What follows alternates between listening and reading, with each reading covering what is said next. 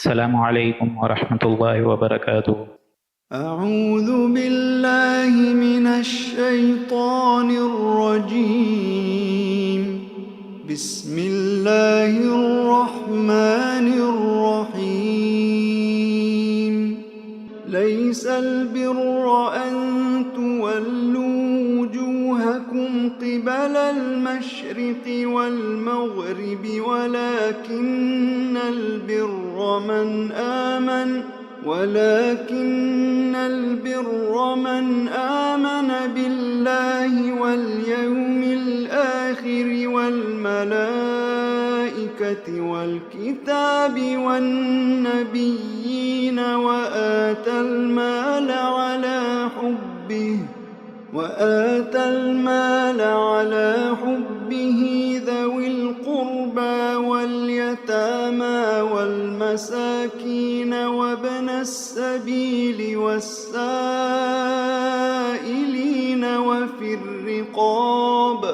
وفي الرقاب وأقام الصلاة وآتى الزكاة والموفون بعهدهم إذا عاهدوا والصابرين في البأساء والضراء وحين البأس أولئك الذين صدقوا وأولئك هم المتقون۔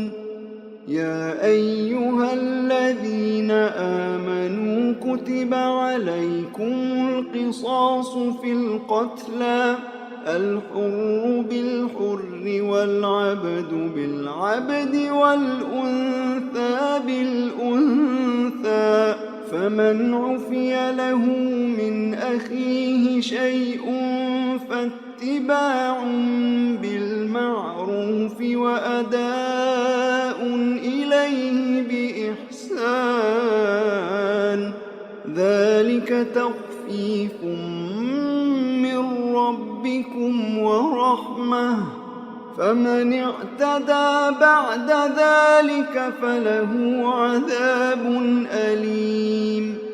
وَلَكُمْ فِي الْقِصَاصِ حَيَاةٌ يَا أُولِي الْأَلْبَابِ لَعَلَّكُمْ تَتَّقُونَ۔ كُتِبَ عَلَيْكُمْ إِذَا حَضَرَ أَحَدَكُمُ الْمَوْتُ إِن تَرَكَ خَيْرًا الْوَصِيَّةُ لِلْوَالِدَيْنِ وَالْأَقْرَبِينَ بِالْمَعْرُوفِ حَقًّا عَلَى الْمُتَّقِينَ، فَمَن بَدَّلَهُ بَعْدَمَا سَمِعَهُ فَإِنَّمَا إِثْمُهُ عَلَى الَّذِينَ يُبَدِّلُونَهُ، إِنَّ اللَّهَ سَمِيعٌ عَلِيمٌ۔ فَمَنْ خَافَ مِن مُّوصٍ جَنَفًا أَوْ إِثْمًا فَأَصْلَحَ بَيْنَهُمْ فَلَا إِثْمَ عَلَيْهِ، إِنَّ اللَّهَ غَفُورٌ رَّحِيمٌ۔ بسم اللہ الرحمن الرحیم۔ لیس البر ان تولوا وجوہکم قبل المشرق والمغرب ولکن البر من آمن باللہ۔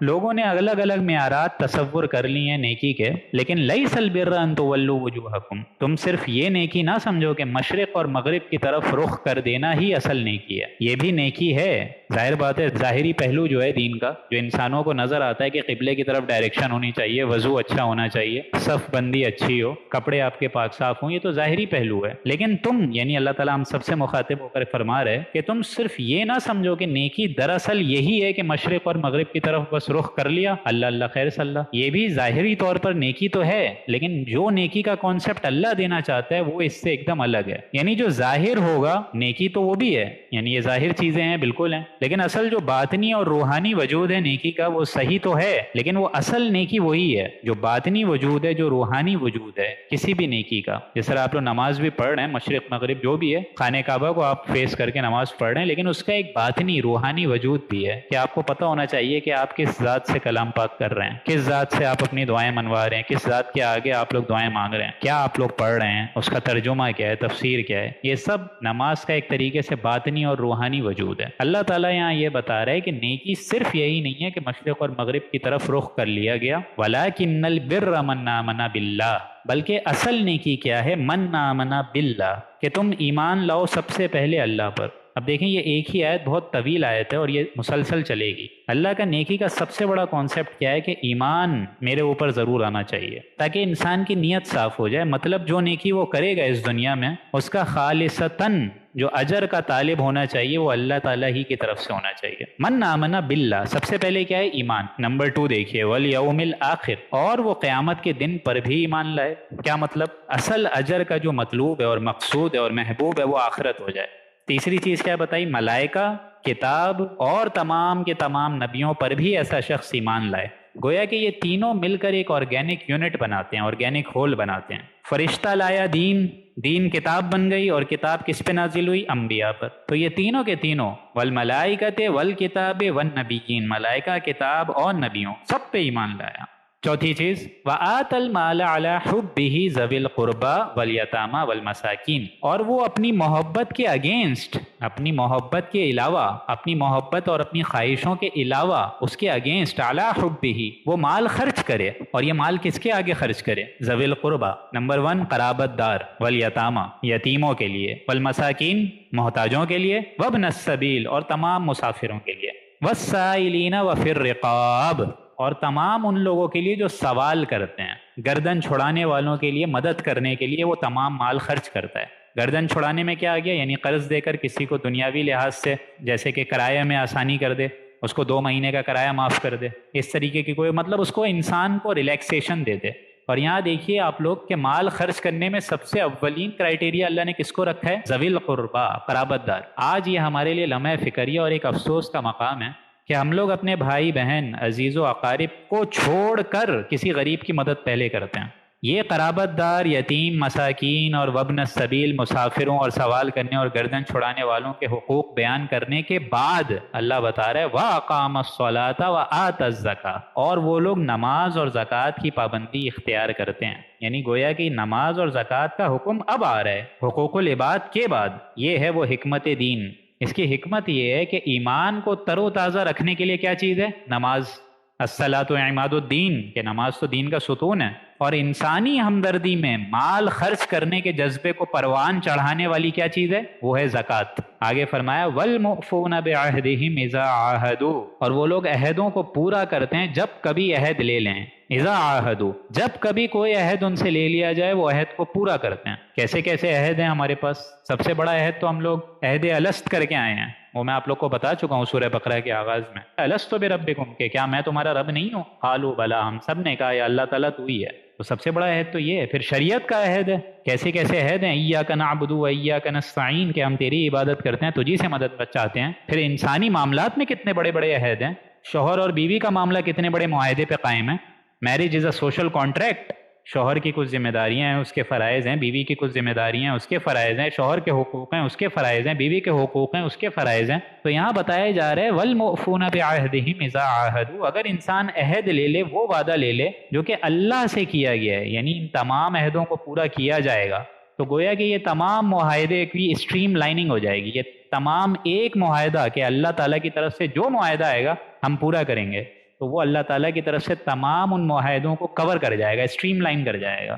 اس کے بعد اللہ نے فرمایا وَالصَّابِرِينَ فِي الْبَأْسَاءِ وَالضَّرَّاءِ وَحِينَ الْبَأْسِ، اور صبر کرنے والے، فی البأساء تنگ دستی میں، والضراء بیماری میں، وحین البأس اور جنگوں کی حالت میں، قتل و غارت کی حالت میں، فقر و فاقے میں صبر، جنگ کی حالت میں صبر، بیماری میں صبر۔ یہ ہے وہ نیکی کا اصل کانسیپٹ جو اللہ بتا رہا ہے کہ باطن کو چیلنج کرنے کے لیے جب تم میدان میں اترو گے تو تمہاری ویلکمنگ نہیں ہوگی، تمہیں نذرانے نہیں ملیں گے، اس کے لیے تکلیفیں ملیں گی۔ اور پھر یہ نیکی انفرادی سطح تک بھی محدود نہیں رہتی، یہ نیکی خانقاہوں تک محدود نہیں رہتی، یہ نیکی آپ کی عبادات تک محدود نہیں رہتی۔ جو نیکی اللہ چاہتا ہے وہ یہ ہے کہ باطن کا سر کچلنے کے لیے، باطن کو نیچا دکھانے کے لیے اور کفر کے غلبے کو ختم کرنے کے لیے میدان میں اترنا پڑے گا، اور جب اس میدان میں اترو گے، اس راستے پہ آؤ گے تو تکلیفیں جھیلنی پڑیں گی۔ تو آخری چوٹی جو اللہ تعالیٰ نے بتائی، اور وہ سب سے اونچی چوٹی ہے، اونچی منزل ہے، وہ کیا ہے؟ صبر۔ اب فرمایا اولئک الذین صدقوا، یہ ہیں وہ لوگ جو اپنے ایمان کے دعوے میں سچے ہیں۔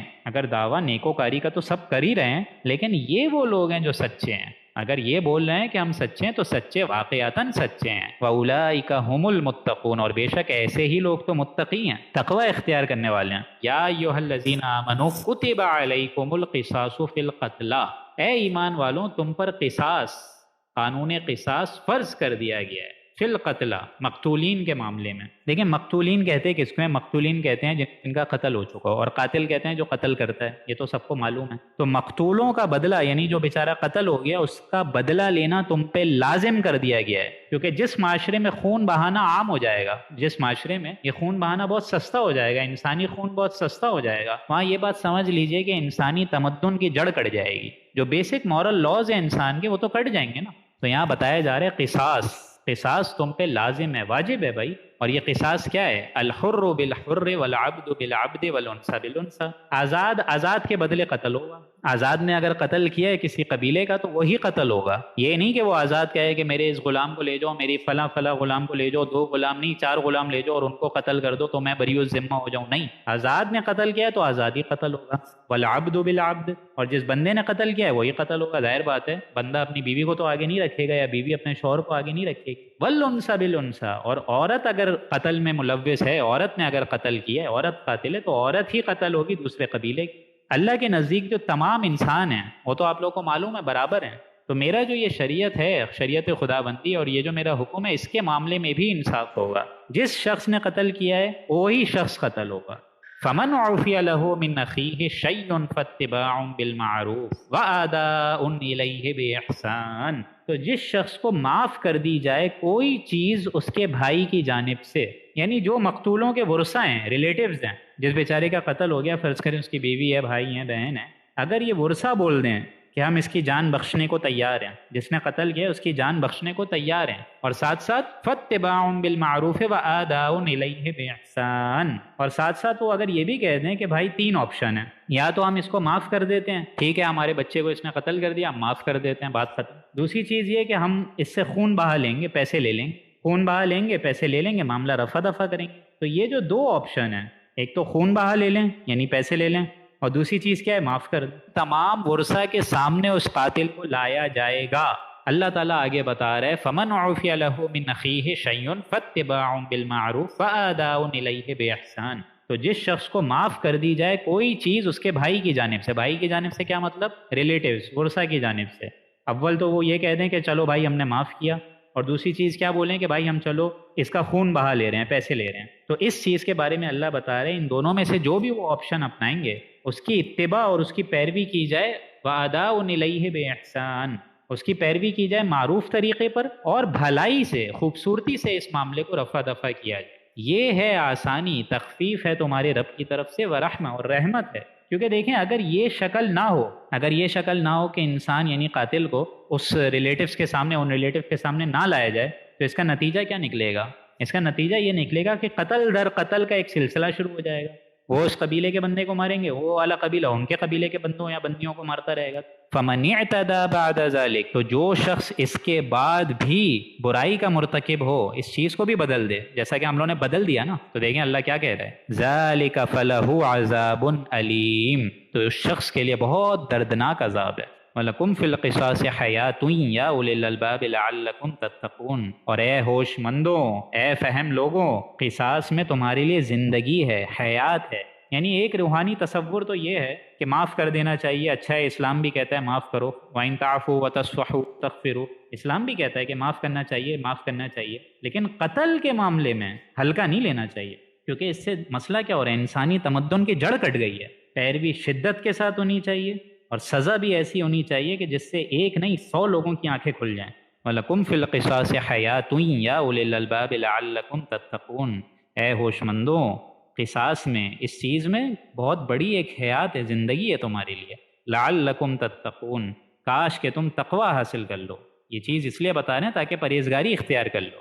ایک اور معاملہ کتب علیکم، دیکھیں پھر وہی کتب علیکم کا الفاظ آ گیا کہ لازم کیا گیا اذا حضر احدکم الموت، کہ جب کبھی تم میں سے کسی کے اوپر آ دھم کے موت، یعنی موت کا وقت آ جائے، کسی ہمارے بندے پہ بندی پہ 60 70 80 سال 30 سال 40 سال جب بھی موت آ جائے، اس پہ لازم کیا ہے ان ترکیت للوالدین والاقربین بالمعروف، کہ اس پہ لازم یہ ہے کہ وہ وصیت لکھے والدین اور اقارب کے رشتے کے مطابق، یعنی ان کے حق میں فیصلہ کرے والدین کے بارے میں، اگر کوئی جوان ہے تو والدین کے بارے میں، والاقربین اور قرابت داروں کے بارے میں، بالمعروف، معروف طریقے سے، بھلائی کے طریقے سے، برابر برابر، حقا علی المتقین، یہ متقیوں پہ اللہ کی طرف سے حق ہے، لازم ہے کہ کرنا ہے یہ۔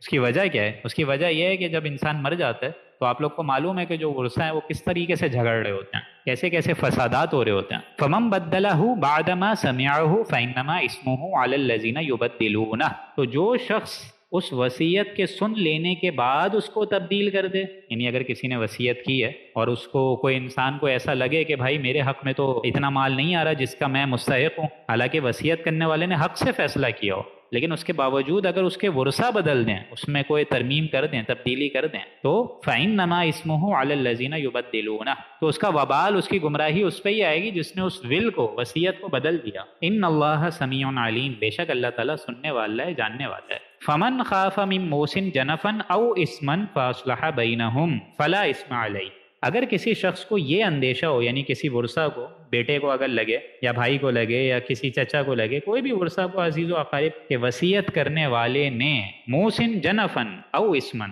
کہ وصیت کرنے والے نے جانبداری کری ہے، فیورٹزم کری ہے، فرض کریں 70% دینا چاہیے تھا، اس نے 75% دے دیا، حق سے زیادہ دے دیا ہے، یا فلا اسم علیہ او اسمن فاصلح بینہم فلا اسم علیہ، ایک تو اس نے جانبداری اگر کری ہو یہ چیز، یا گناہ کیا ہو، فرض کریں گناہ ہی کیا ہو کہ ایک بندے کے حق میں 60% آنا چاہیے تھا، اس کو اٹھا کے 100% دے دیا، تو ایک طریقے سے گناہ ہے یہ بھی۔ تو اگر ایسا کام کر کے انسان چل بس ہے، فمن خاف من موسن جنفن، یا تو فیورٹزم، او اسمن، یا کوئی گناہ کا کام، تو اب ورثہ کا کیا حق ہے وہ بتایا جا رہا ہے، فاصلح بینہم فلا اسم علیہ، تو صلح کرا دیا کرو، ورثہ کو جمع کر دے انسان، ورثہ کو جمع کرے کہ حق کے ساتھ فیصلہ کر دے، فلا اسم علیہ، تو اس پہ بھی کوئی گناہ نہیں ہے۔ یعنی ٹھیک ہے تمہارے والد کی یہ وصیت تھی، صحیح بات ہے، لیکن اس کو کم مال مل رہا ہے، تو اگر تم میرے بھائی متفق ہو جاؤ اس راستے میں، اس راہ میں تم تھوڑی نرمی کر لو، دل اپنا بڑا کر لو، صلح کر لو، اور باہمی مشورے سے رضامندی اختیار کر لو، فلا اسم علیہ، تو اس میں بھی کوئی گناہ نہیں۔